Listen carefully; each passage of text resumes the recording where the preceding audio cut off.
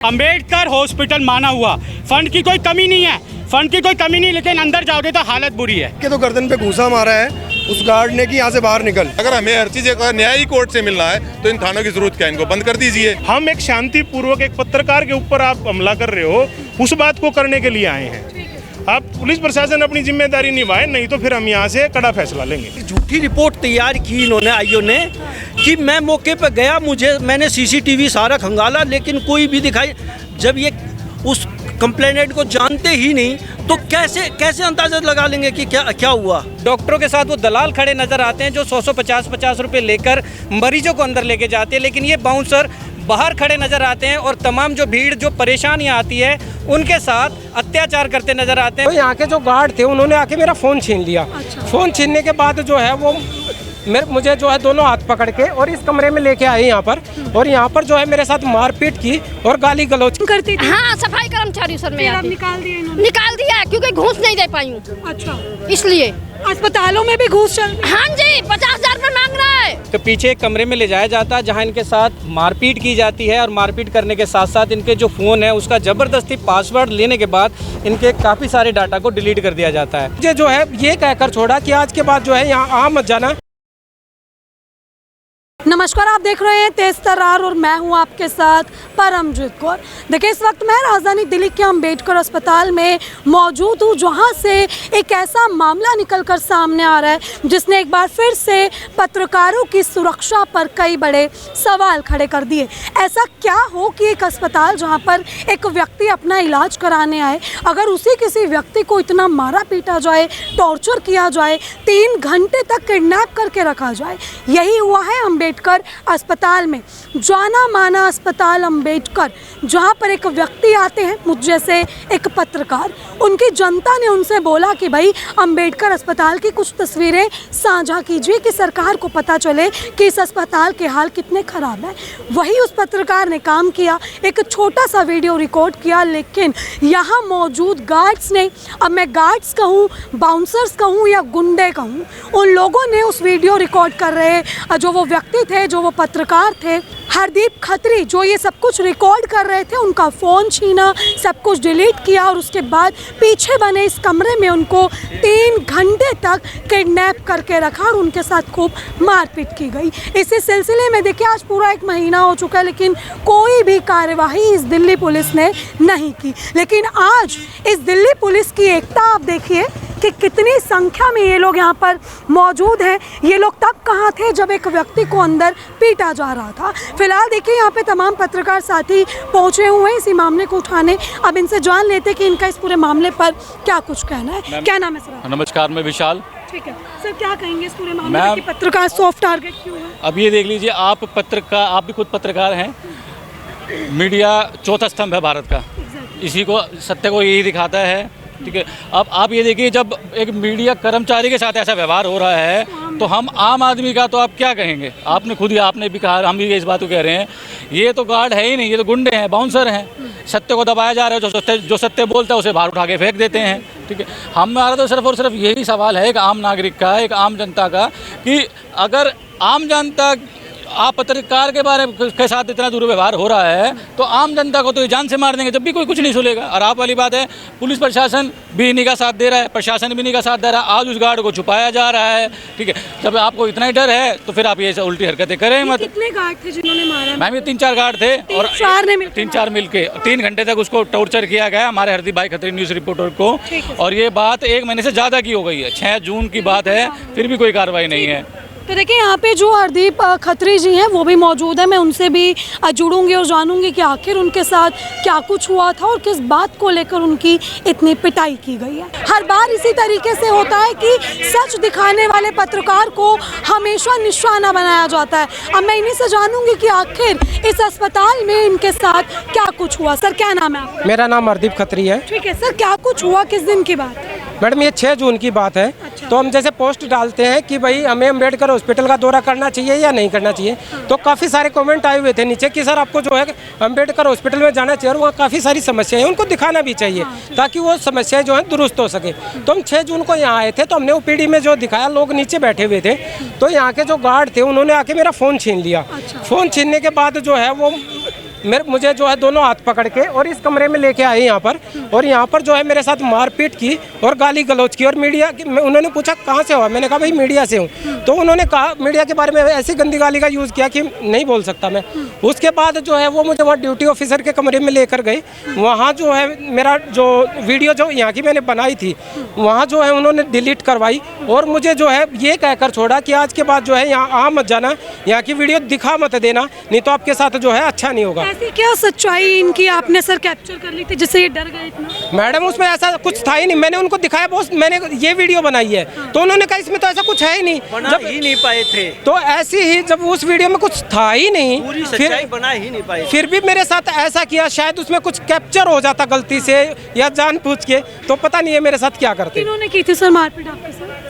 Guard थे और bouncer थे। इसी कमरे में आपको इसी कमरे में हुआ था। इसका इनका गेट जो है पीछे से है और यहीं मुझे लाया गया था। अच्छा, काफी मारा पीटा उन्होंने। हाँ, तो आपने पुलिस में ये दर्ज करवाई? हाँ, पुलिस में मैंने थाने में भी कंप्लेंट की थी, डीसीपी साहब को भी कंप्लेंट दी थी, एसएचओ साहब को भी मैंने 2 बार व्हाट्सअप किया हुआ है, तो मैंने सारी कंप्लेंट दे चुका हूँ।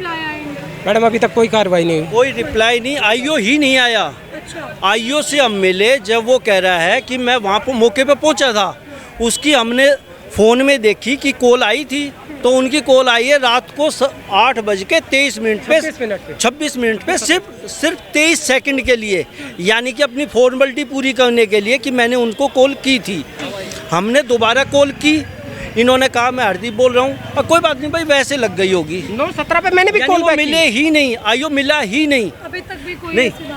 और सुनो, एक झूठी रिपोर्ट तैयार की इन्होंने आईओ ने कि मैं मौके पे गया, मैंने सीसीटीवी सारा खंगाला, लेकिन कोई भी दिखाई।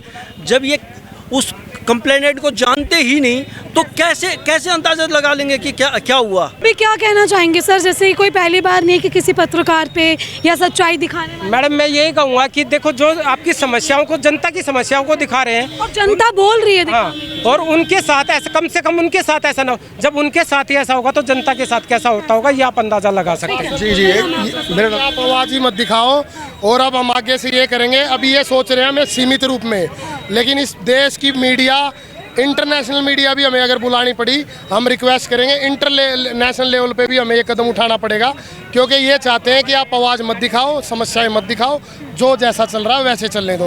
ये जनता ही है जिसने परिवर्तन किया था। हम देश की सीएम साहिबा से, देश के प्रधानमंत्री जी से आग्रह करते हैं कि यहाँ पे कार्रवाई की जाए, अन्यथा परिवर्तन चलता रहता है। पहले भी सरकारों में खामियां रही, परिवर्तन हुआ। अगर ये सरकार संज्ञान नहीं लेती है, खासकर पत्रकारों का, तो यही मीडिया है जो आपको लाता है और यही आपको नीचे लेके जाएगा। क्या नाम है? मेरा नाम जगदीश है, मैं अभी एक मीडिया चैनल चलाता हूँ, जगदीश की अदालत। मेरे को लोग देखते हैं और मैं लोगों के लिए भ्रष्टाचार के खिलाफ वीडियोस बनाता हूँ। हरदीप भाई जी हमारे यहाँ पर लापरवाही दिखाने के लिए आए थे, तो यहाँ पर मैं गार्ड नहीं कहूँगा, गुंडे गार्ड हैं, उन्होंने इनके साथ मारपीट की। नहीं, वो गार्ड यहाँ पे मिल नहीं रहे क्योंकि इतना इजी नहीं है उनको ढूंढना। यहाँ ब्लैक कलर के कपड़े पहनते हैं वो लोग, और आप देखेंगे तो लगेगा कहीं से बाउंसर्स हैं, वो लड़ने के लिए हमेशा तैयार है। और अभी यहाँ कुछ लोगों ने बताया भी कि एक के तो गर्दन पे घूसा मारा है उस गार्ड ने कि यहाँ से बाहर निकल, मतलब अपने पेशेंट से मिलने नहीं दे रहे, ऐसे हालात हैं। तो हम यहाँ पे प्रोटेस्ट करने आए हैं कि हम चाहते हैं कि एक आम आदमी के साथ क्या ही होता होगा जब एक समाज सेवी और पत्रकार के साथ बता रहे जी हाथ उठाया जा रहा है। इतने मतलब बुरे हालात हो गए, ऐसा नहीं होना चाहिए। क्योंकि जी जो मौके पे आ चुके हैं वो लोग कह रहे हैं कि पहले या तो कोई परमिशन लेके आओ, तो हमने बोला परमिशन तो हमारे पास नहीं, इंटीमेशन हमने पहले ही दिया हुआ है। से पहले परमिशन नहीं हमने जी पिटने से पहले कोई परमिशन नहीं है उनके पास, उन्होंने तो हमारे को पिटवा दिया। और जब पिटने के बाद देखो हम, वो कहते हैं कोर्ट में जाओ, हम कोर्ट में कैसे जा सकते हैं? अगर मान लो हमें कोई मारेगा या हमारी पिटाई करेगा तो हम सीधा पुलिस के पास जाएंगे ना, या सीधा कोर्ट में ले आएंगे हम लोग। तो पुलिस ने कोई कार्रवाई नहीं की। 6 जून का मुद्दा है, 6 जून को ये घटना हुई थी, आज 1 महीने से ऊपर हो गया, FIR तक दर्ज नहीं हुई है इसके ऊपर। तो हम चाहते हैं कि पुलिस प्रशासन, दिल्ली सरकार इसका संज्ञान ले। मैं कुछ कहना चाहता हूँ, आप लोगों को पता होगा पर सरकार भी मीडिया का सहारा लेती है। जब इन्हें कुछ भी प्रेस कॉन्फ्रेंस कुछ भी करना, हम ही तो दिखाते हैं, हमारे माध्यम से सभी बताते हैं। पुलिस को भी हम ही चढ़ाते हैं। हाई कोर्ट में, सुप्रीम कोर्ट की हमने कई ऐसी चीज उनकी कार्रवाई देखी है कि ये लाइव चलती हैं सोशल मीडिया पे हैं आज भी जजेस की, कि भाई जो बहस होती है, कुछ भी होता है, जो डिसीजन होते हैं वो ऑनलाइन होते हैं, सभी देखते हैं। ऐसा इस हॉस्पिटल के अंदर, इसी की बात नहीं करें, पूरी दिल्ली के हॉस्पिटल की या पूरे देश के हॉस्पिटल की बात करें, ऐसा क्या चल रहा था कि उन्होंने इस भाई के साथ मारपीट करनी पड़ी। हॉस्पिटल बात करें, पुलिस स्टेशन के अंदर आप अपनी रिकॉर्डिंग कर सकते हो, क्योंकि हाई कोर्ट की रूलिंग है कि आपको मना नहीं कर सकते रिकॉर्डिंग करने से। यहाँ ऐसा क्या चल रहा था कि इन गार्डों ने उसके साथ मारपीट की, उसको जबरदस्ती बंधक बनाया, उसका फोन छीना। टाइम तक टॉर्चर किया? मैम करीब 3 से 4 घंटे बता रहा है। 4 घंटे इस कमरे में बंद रखा? हाँ बंद रखा, उसके साथ मारपीट की। ठीक, उन्होंने हरदीप भाई ने निकलते 112 पे कॉल की, आईओ का फोन बताया शाम को 8 साढ़े 8 बजे आया, एक कॉल आई है, इन्होंने कॉल बैक की, बात हुई, इस मैटर पे कोई बात नहीं, कौन बोल रहा है क्या था कुछ नहीं। 1 महीना बीत गया, स्टेटस रिपोर्ट कोर्ट में लगी, स्टेटस रिपोर्ट का रिप्लाई किसने फाइल किया हुआ? दिल्ली पुलिस ने। स्टेटस रिपोर्ट किसने लगाई होगी? जिसके साथ मारपीट हुई हरदीप भाई ने। स्टेटस रिपोर्ट कोर्ट में फाइल होगी, दिल्ली पुलिस ने फाइल कर दी, ठीक है।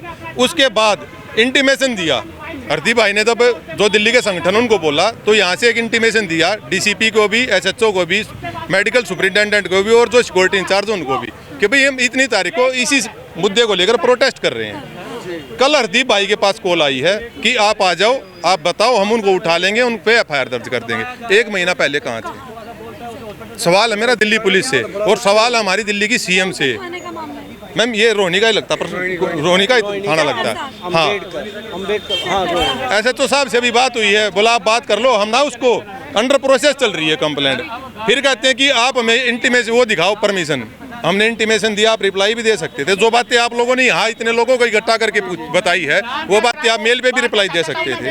अब हम क्या कोर्ट जाएं अपनी लड़ाई लड़ने के लिए? अगर हमें हर चीज़ का न्यायी कोर्ट से मिलना है तो इन थानों की जरूरत क्या? इनको बंद कर दीजिए। एक बड़ा सवाल हमारा दिल्ली की सरकार से। ये तमाम पत्रकार साथी यहाँ पर एकत्रित हैं जो कि काफ़ी ज़्यादा गुस्से में हैं। अब सवाल ये है कि क्या पत्रकारों की आज़ादी को छीनने का काम यहाँ किया जा रहा है? क्या लोकतंत्र के चौथे स्तंभ का लगातार अपमान किया जा रहा है? क्या मीडिया जो हमेशा सच दिखाती है, सच का साथ देती है, गलत को गलत और सही को सही दिखाती है, वही मीडिया जो इन पुलिस कर्मियों के अच्छे काम जन जन तक पहुंचाती है, इनकी प्रेस कॉन्फ्रेंस अटेंड करते हैं, इन लोगों की बड़ाई करते हैं कि भाई दिल्ली पुलिस क्या कर रही है, उन नेताओं को चमकाते हैं और नेताओं के काम जनता तक पहुँचाते हैं, आज वही मीडिया को लगातार निशाना बनाया जा रहा है। और ये कोई पहला मामला नहीं है, आए दिन इस तरीके के मामले निकल कर सामने आते हैं जहां पर मीडिया को दबाया जाता है, मीडिया को पैसे देकर खरीदने की कोशिश की जाती है। ये कोई आम जनता नहीं करती, ये काम हमारी दिल्ली पुलिस भी खूब अच्छे से कर लेती है। कुछ ऐसा ही मामला आप यहाँ पर देख सकते हैं कि एक पत्रकार की पिटाई हुई और उसको बहला फुसला कर इस पूरे मामले को दबाने की कोशिश करवाई जा रही है। लेकिन जब पत्रकारों ने आवाज़ उठाई तो अब आप देखिए कितनी संख्या में यहाँ पर ये पुलिसकर्मी पहुँच गए हैं। आखिर ये तब कब थे जब यहाँ से 112 नंबर से कॉल गई थी, जब कंप्लेनर ने इनको कॉल करके यहाँ पर बुलाया, तब ये दिल्ली पुलिस कहाँ गायब थी? किसी भी पत्रकार साथी पर या किसी भी सम्मानित देश के आदमी के ऊपर अगर कोई मेरा अब आपका झगड़ा हो जाए, यहाँ मेरा और आपका झगड़ा होगा, मेरी और आपकी मारपीट होगी, तो उस मारपीट को सामान्य माना जा सकता है। लेकिन किसी को बंधक बनाकर इस कमरे के अंदर मारा गया, इसके अंदर जो मारा गया वो एक सीरियस ऑफेंस है। ये पुलिस के अधिकारी ये कानून को अच्छे से जानते होंगे, हम भी जानते हैं। आज हमें बहुत थोड़ी संख्या में, हम बिल्कुल 20-30 लोग, 20-30 कर्मचारी आए हैं, क्योंकि ये हॉस्पिटल है, जन सेवा का एक केंद्र है, यहाँ की अव्यवस्था ना बिगड़े। मैं भारतीय किसान कामगार अधिकार मोर्चे का अध्यक्ष हूँ। लाखों लोगों का आंदोलन हम लोग लड़ते हैं, हजारों किसान हमारे साथ संगठन में जुड़े हुए हैं। अगर हम अपने पर आ गए तो हम तो सारी दिल्ली का लॉ एंड ऑर्डर बिगाड़ सकते हैं। ये तो एक कंसर्ट थाने की बात है। हम शांतिपूर्वक आए, एक कर्मचारी ने हमें यहाँ रोका, एक कर्मचारी पुलिस का था यहाँ, एक कर्मचारी से हम सभी यहाँ इकट्ठे हो गए। एसएचओ साहब आए, वहाँ खड़े हो गए, मगर जी वहाँ तो जो है रास्ता रुकेगा, आप इस तरफ आ जाओ। बोला नहीं यहाँ आओ, वहाँ चले गए, बोला नहीं आप पीछे हो। समझते हैं हम इन बातों को, हम आंदोलन में ही रहते हैं रोज, 30 के 30 दिन हमारा पुलिस प्रशासन से ही लेना देना है। ये बात हम अच्छे से समझते हैं, यहाँ आओ वहाँ आओ। हम समझ रहे हैं कि संख्या बल नहीं है, लेकिन अगर गूगल पे भी सर्च कर लेना है सच्चो साहब, तो हम वो लोग हैं जो जिले के जिले को हिला देते हैं, ठीक है। और हमारे साथ इस तरीके का व्यवहार करना, फिर यहाँ आकर कह रहे हैं कि भाई थाने में जो कंप्लेंट आ गई और कोर्ट में मामला है। कोर्ट में मामला केवल ये है कि भाई हमने जो सीसीटीवी फुटेज है उसको सेव करने के लिए एक अर्जी दी थी। किसी की मारपीट का इसमें क्या बोला इन्वेस्टिगेशन का मामला है, ये किस तरीके की इन्वेस्टिगेशन है? कोई किसी के साथ मारपीट करता है और उसने कंप्लेंट कर दी, आप उसका संज्ञान नहीं ले रहे, बोला इन्वेस्टिगेशन होगी, मर्डर थोड़ी ना होया था। राष्ट्रीय संगठन ने इनको ये इंटीमेट कर दिया, इनके डीसीपी को, कि 7 दिन में अगर कार्रवाई होगी तो ठीक, नहीं तो हम सवाल जवाब करने आएंगे। कह रहे बोला परमिशन नहीं है। लोकतंत्र के अंदर परमिशन है आदमियों की, वो कहीं भी आ जा सकता है। और हमने एक जिम्मेदार संगठन होने के नाते उनको 7 दिन पहले उसकी सूचना दे दी गई थी। और जब हम घर से निकलते हैं तो स्पेशल सेल और आईबी और सीआईडी वो हमसे इन्फॉर्म लेती कि जी आज का कल का कहाँ का प्रोग्राम है। तो हमने वो प्रोग्राम 3 दिन पहले ही सीआईडी को, और सीआईडी ने इनके जो कंसर्ट थाना है और जो डीसीपी है उसको दे रखा है। फिर भी यहाँ अगर कह रहे हैं कि परमिशन नहीं है, परमिशन नहीं है, परमिशन यहाँ मैं 1000 आदमी में परमिशन मांगूंगा, कौन दे देगा भाई? हम एक शांतिपूर्वक एक पत्रकार के ऊपर आप हमला कर रहे हो, उस बात को करने के लिए आए हैं।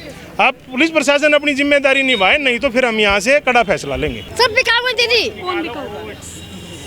छोटे से लेके बड़ा तक। सफाई कर्मचारी ड्यूटी नहीं मिल रही है। पुलिस कंप्लेंट थाने पर गई थी, थाने में गई थी, कोई सुनाई नहीं हुई, ड्यूटी नहीं मिली। 7 महीने से घर में बैठी हूँ, यही काम करते पे है। अच्छा। शशि नाम है, कुलदीप नाम है, धनखड़ सर मैन है, धनखड़ सर भी नहीं सुन रहे हैं। मीडिया पर डालो, सब बिकाऊ, कोई नहीं डाल पाएगा। मैं कह रही हूँ इस चीज को। ये वो मीडिया नहीं है। आप ये देखिए सर, 7 महीने हो गए सर, घर में बैठी, कोई सुनाई नहीं कर रहा, ना हॉस्पिटल में ना थाने में। आप यहाँ काम करते थे? हाँ, सफाई कर्मचारी सर मैं निकाल दिया इन्होंने? निकाल दिया क्योंकि घूस नहीं दे पाई हूँ। अच्छा, इसलिए अस्पतालों में भी घूस चल? हाँ जी, 50,000 रुपए मांग रहा है। अंबेडकर हॉस्पिटल माना हुआ, फंड की कोई कमी नहीं है, फंड की कोई कमी नहीं, लेकिन अंदर जाओगे तो हालत बुरी है, हालत बुरी है। उसने दिखाया यहाँ के जो गार्ड हैं, गार्ड के बाउंसर बोलूँगा मैं। एक बार सवाल पूछता हूँ, मैं हर दिल्ली की जनता से, क्या मैं भारत की जनता से बोलता हूँ कि किसने इजाज़त दी है बाउंसर को मारने के लिए कि पत्रकार को मारा जाए? क्यों?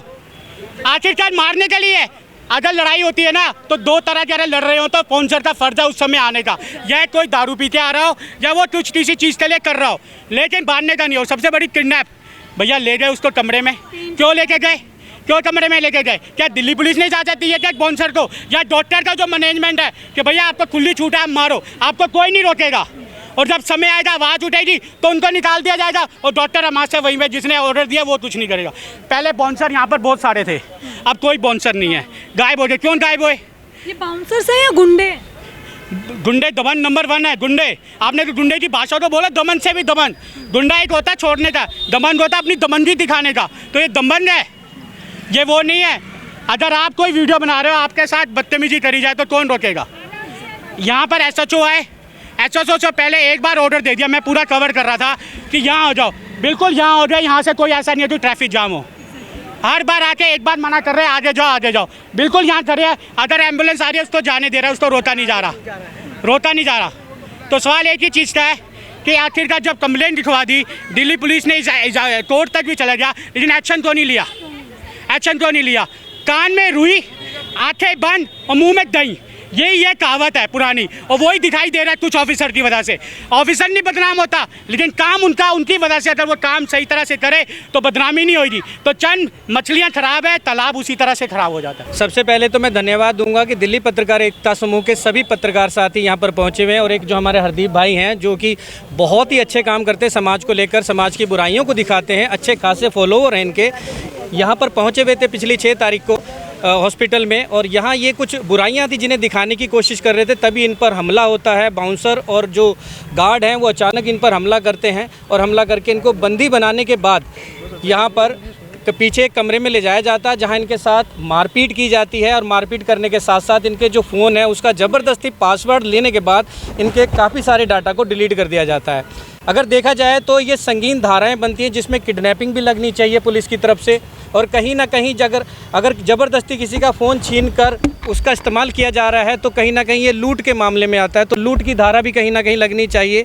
और जो सबसे बड़ी बात है कि एक व्यक्ति को एक सभ्य समाज में जिस तरीके से एक सामाजिक जगह पर, एक हॉस्पिटल में, सरकारी हॉस्पिटल में खुलेआम कैद किया जा सकता है, तो आप समझ सकते हैं कि यहाँ की प्रशासनिक जो सिस्टम है, वो मैनेजमेंट है, वो किस तरीके से काम कर रहा है। आज यहाँ पर तमाम लोग इकट्ठा हुए हैं, कुछ यूनियन के लोग भी यहाँ पर पहुँचे हुए हैं, तब जाकर आज यहाँ पर इनकी सुनवाई हुई है। MD मैम ने बुलाया है और आश्वासन दिया है कार्रवाई करने का, लेकिन जहाँ तक मैं समझता हूँ ये आश्वासन ना बन के रह जाए, ये सबसे बड़ी बात है। उन बाउंसरों को यहाँ से हटाना बहुत ज़रूरी है, क्योंकि लगातार ऐसी शिकायतें आती रहती हैं कि बाउंसर ज़बरदस्ती यहाँ लोगों के साथ मारपीट करते हैं। एक बाउंसर को इसलिए रखा गया था कि डॉक्टरों के साथ जो बदतमीजियाँ होती हैं उन्हें लेकर डॉक्टरों के साथ उनको रखा जाए और डॉक्टरों की सुरक्षा हो, लेकिन ये हालात ये हो चुका है कि वो कोई भी बाउंसर डॉक्टरों के साथ खड़ा नज़र नहीं आता। डॉक्टरों के साथ वो दलाल खड़े नज़र आते हैं जो 100-150 रुपये लेकर मरीजों को अंदर लेके जाते हैं, लेकिन ये बाउंसर बाहर खड़े नज़र आते हैं और तमाम जो भीड़ जो परेशानियाँ आती है उनके साथ अत्याचार करते नज़र आते हैं, उनको थप्पड़ मारते नज़र आते हैं, उनकी पिटाई करते नज़र आते हैं। और बाबा साहब अम्बेडकर हॉस्पिटल में इस तरीके के जो कृत्य हैं वो लगातार होते हैं और इसका विरोध आज किया गया है सभी साथियों के द्वारा। हरदीप भाई के साथ हम खड़े हैं और ऐसे हर व्यक्ति के साथ खड़े हैं जिनका इस तरीके का कोई मसला हो, हमसे संपर्क करें। और मैं फिर से तहे दिल से धन्यवाद करूंगा अपने सभी साथियों को जो यहाँ पर पहुँचे और इस विरोध को जो है सफल किया है। अगर सरकार संज्ञान नहीं लेती है, हमारी सीएम साहिबा संज्ञान नहीं लेती है, तो अच्छे परिवर्तन होते रहे हैं। अगर ऐसा व्यवहार संज्ञान में नहीं आया तो परिवर्तन फिर हो सकता है, ये ध्यान रखिए। एक सेकंड देखिए, मैं आप सभी पत्रकार साथियों को एक तो बधाई देता हूं कि आपने जो है इस बात को, मुद्दे को उठाया, बनाया। जो आपकी जो यूनियन है, मैं उनसे एक निवेदन और कर रहा हूं, कोई भी किसी भी पत्रकार के साथ कोई भी बात हो कहीं भी, सबसे पहले आप हमें बताएं। हम आपके साथ कंधे से कंधा मिलाकर खड़े, हम लड़ने वाले लोग हैं, तो हमें ये नहीं था कि भाई हरदीप भाई एक अकेला आदमी है। आप सभी कोई आवाज़ उठा रहे हो, समाज की आवाज़ उठा रहे हो, हम भी समाज की आवाज़ उठाते हैं। अगर हम दोनों का तालमेल सही रहा, हम अच्छे से अपनी ईमानदारी से, सच्चाई से काम करेंगे तो बड़े बड़े मसले हल हो सकते हैं। ये बहुत छोटी बात है। यहाँ की जो एमडी है, मेडिकल डायरेक्टर है, जो उनसे एक अच्छे माहौल में बातचीत हुई है। जब आप पहली बार आते हैं और अगर इस तरीके का उन्होंने हमसे मतलब वार्तालाप किया है, एक अच्छे माहौल में जब बातचीत होती है सम्मानित अधिकारियों के साथ, तो इससे हम लोग भी सहमत हैं। हमने भी ये किया है कि भाई वो अपनी तरफ से जो कार्रवाई करेंगे अब उसका इंतज़ार करेंगे। और पुलिस प्रशासन ने भी ये कहा है, जो कंसर्न जो एसएचओ है, कि भाई मैं आईओ को भी चेंज कर दूंगा और आईओ को चेंज कर, दोषी है उनको बख्शा नहीं जाएगा। एक पत्रकार देखिए कोई साधारण व्यक्ति तो नहीं है, 2.5 लाख फॉलोअर हैं भाई के, और एक पत्रकारिता करता है कोई आदमी, उसके ऊपर इस तरीके का जो है व्यवहार करना, मारपीट करना, ये लोकतंत्र के चौथे स्तंभ पर हमला है। आप सभी भाइयों ने ये आवाज़ उठाई, उसके लिए आपका भी धन्यवाद है। हमें ये लगता है कि इस जो हमारी जो बातचीत हुई है कि इससे भाई को न्याय मिल जाएगा। भाई के पास उस समय की रिकॉर्डिंग भी है, जो उस घंटे, जो 1.5-2 घंटा जो वार्तालाप हुई है, जो मारपीट हुई है, जो मीडिया के बारे में अब भद्रगाड़ियाँ दी हैं। हमने यही कहा कि भाई देखो, पब्लिक डीलिंग है, पब्लिक डीलिंग में कोई गार्ड बैठा है, कोई बाउंसर आपने ले लिया, और पब्लिक डीलिंग के अंदर अगर वो अपना आपा होता है तो वो उस चीज़ के लायक नहीं है, उसको अपने तुरंत उस पद से हटाया जाए और उस पर जो कार्रवाई। देखिए एक बात मैं आपको और बता दूं, कानून की जो हमें समझ है, अगर हाथापाई होती है, हाथापाई होते वक्त अगर हाथापाई को कोई आदमी किसी को बंदी बनाए, कहीं इनको बंदी बनाया गया, तो वो एक संगीन धारा है, उसके तहत मुकदमा भी दर्ज होगा और कानूनी कार्रवाई भी चलेगी। तो अभी जो आज की जो कार्रवाई है उससे हम सब लोग सहमत हैं। एसएचओ साहब के हालात इनके हुए हैं उस तरीके से, जैसे किडनैपिंग भी या फिर लूट की भी बात, मोबाइल छीनना, क्या ये सारी धाराओं में भी कुछ इनके ऊपर हुआ है? देखिए क्या है, अभी जो मेडिकल जो डायरेक्टर हैं यहाँ की, उन्होंने कहा कि भाई हम अपनी विभागीय कार्रवाई करते हैं। पुलिस थाना ये कह रहा है कि भाई आप हमारे पास कभी भी आ जाइए। हम जो है अपनी तरफ से, हमने पहली मांग तो ये करी कि जो आईओ है, जो इन्वेस्टिगेशन ऑफिसर जो पहले है, उसको चेंज किया जाए। उनको चेंज करके फिर जो है आगे की कार्रवाई हम उनसे शुरू करवाएंगे, और उन्होंने भी हमसे जो सबूत हैं वो लिए हैं, उनको भी दे दिए जाएंगे। मैडम ने कहा है, जो एमडी मैडम थी, उन्होंने कहा है कि जो दोषी होगा उनके खिलाफ जो है कार्रवाई की जाएगी। मैंने उनको कह दिया है कि अगर कार्रवाई करते हुए अगर मैं दोषी हूँ तो मेरे खिलाफ कार्रवाई करो, और अगर आपका डिपार्टमेंट का कोई भी मेंबर अगर दोषी है तो उनके खिलाफ जो है सख्त से सख्त कार्रवाई होनी चाहिए। आपने पूछा नहीं कि इतना डिले क्यों हुआ? आज यहाँ पर पत्रकार एकता देखी, मैडम तो कह रही थी कि हमें जो है इसके बारे में आज पता चला है, नहीं तो उन्हें पता ही नहीं था इसके बारे में। जबकि मेल भी जो भेजी गई है वो भी मेल अभी तक उन्होंने देखी ही नहीं है। ठीक है, आपको उम्मीद है अब मिलेगा इंसाफ? मैडम देखते हैं, उम्मीद तो है, और अगर नहीं देते हैं तो मेरे पास जो है जो रिकॉर्डिंग है इनकी, अगर वो वायरल कर दी तो पूरी दिल्ली में घमासान हो जाएगा। ठीक है, इसके बाद क्या कदम उठाएंगे आप? मैडम अगर ये नहीं कार्रवाई करते हैं या मान लो प्रशासन, पुलिस प्रशासन द्वारा कोई भी कार्रवाई नहीं करी जाती है, तो आगे जो है आंदोलन को और भी तेज करेंगे। जो लीगल कार्रवाई कोर्ट के द्वारा है उसको भी करेंगे, और जो ऑडियो है रिकॉर्डिंग है वो सारे आप सभी भाइयों के साथ जो है शेयर कर दूंगा। उसके बाद जो सच्चाई होगी वो आपको भी समझ में आ जाएगी। अगर मैं कहीं गलत हुआ तो आप मुझे कहना, और ये अगर हो गलत हो तो इनके खिलाफ जो है जोर शोर से आवाज उठाना। आज भी मेन पुलिस की अभी तक जो है कोई भी कार्रवाई नहीं हुई अभी तक। भाई मैं ये चाहता हूँ कि जो दोषी हैं उनके ऊपर FIR हो कि आगे आने वाले जो भी भाई आवाज़ उठा रहा है जनता के लिए या सोशल मीडिया प्लेटफार्म पे कहीं भी, आगे से किसी की हिम्मत ना हो कि दोबारा से हम ऐसा कर सकें। अच्छा, दो चीज़ें पूछना चाहेंगे। एक तो जो समाज हित में आप रिकॉर्डिंग की बात कर रहे हैं तो उसको सार्वजनिक क्यों नहीं कर रहे, एक बात। दूसरा, यहाँ दिल्ली पत्रकार एकता समूह आपके साथ पहुँचा, उनके लिए क्या कहना चाहेंगे? भाई सभी पत्रकारों के लिए और जो आपकी यूनियन है उनके लिए भी मैं सबका धन्यवाद करना चाहूँगा कि आप भाइयों ने मेरा साथ दिया। क्योंकि देखो आप भी मेरे भाई हो, मेरे परिवार हो। क्योंकि आज मेरे साथ हुआ है तो कल अगर किसी भाई के साथ अगर ऐसा हुआ तो मुझे बड़ा दुख होगा और सबसे आगे आपके साथ मैं खड़ा मिलूंगा। और उस वीडियो के बारे में क्या कहना चाहेंगे जो आप अभी नहीं दिखा रहे किसी को? मैं क्या है उसमें ऐसा जो उन्होंने मीडिया के बारे में बोल रखा है, अभी मैं वो सार्वजनिक इसलिए नहीं कर रहा ताकि जो है, क्योंकि मीडिया के बारे में कुछ ज़्यादा ही उन्होंने बोल दिया।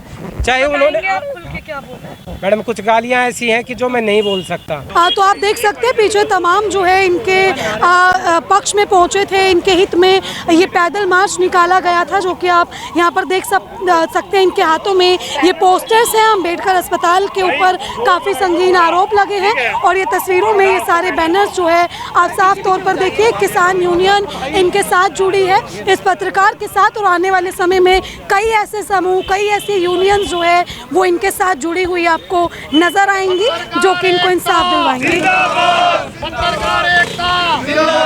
हमारा भाईचारा जिंदाबाद, हमारा भाईचारा जिंदाबाद। और आप देख सकते हैं पीछे यहाँ पर नारेबाजियाँ की जा रही हैं कि पत्रकार एकता जिंदाबाद के नारे हैं, क्योंकि इस वक्त काफ़ी ज़रूरत है कि एक पत्रकारों के बीच एकता रहे, एक पत्रकारों का समूह बनकर काम करे, क्योंकि आने वाले समय में देखिए पत्रकारों को वाकई एक सॉफ्ट टारगेट बनाया जा रहा है। और आप देख सकते हैं यहाँ पर पत्रकारों की नारेबाजियाँ लग रही हैं, पत्रकार एकता जिंदाबाद के नारे लगते हुए जो है वो यहाँ साफ तौर पर नजर आ रहे हैं। फिलहाल देखिए आपने जो ये पूरी खबर देखी, इस खबर को लेकर आपकी अपनी जो कुछ भी राय है कमेंट सेक्शन में ज़रूर साझा करें और ऐसी तमाम खबरें जानने के लिए देखते रहे हमारा चैनल तेज तरार। अभी के लिए सिर्फ इतना ही। दिल्ली से कैमरामैन नरेश कुमार के साथ मैं परमजीत कौर। अगर आपको हमारी ये वीडियो पसंद आई हो तो इसे लाइक एंड शेयर करना बिल्कुल भी ना भूलें। इसके साथ ही हमारे चैनल तेज तरार को जरूर सब्सक्राइब करें और हाँ, बेल आइकन को दबाना बिल्कुल भी मत भूलिएगा, जिससे दिल्ली से जुड़ी तमाम खबरों की नोटिफिकेशन सबसे पहले आप तक पहुंचे।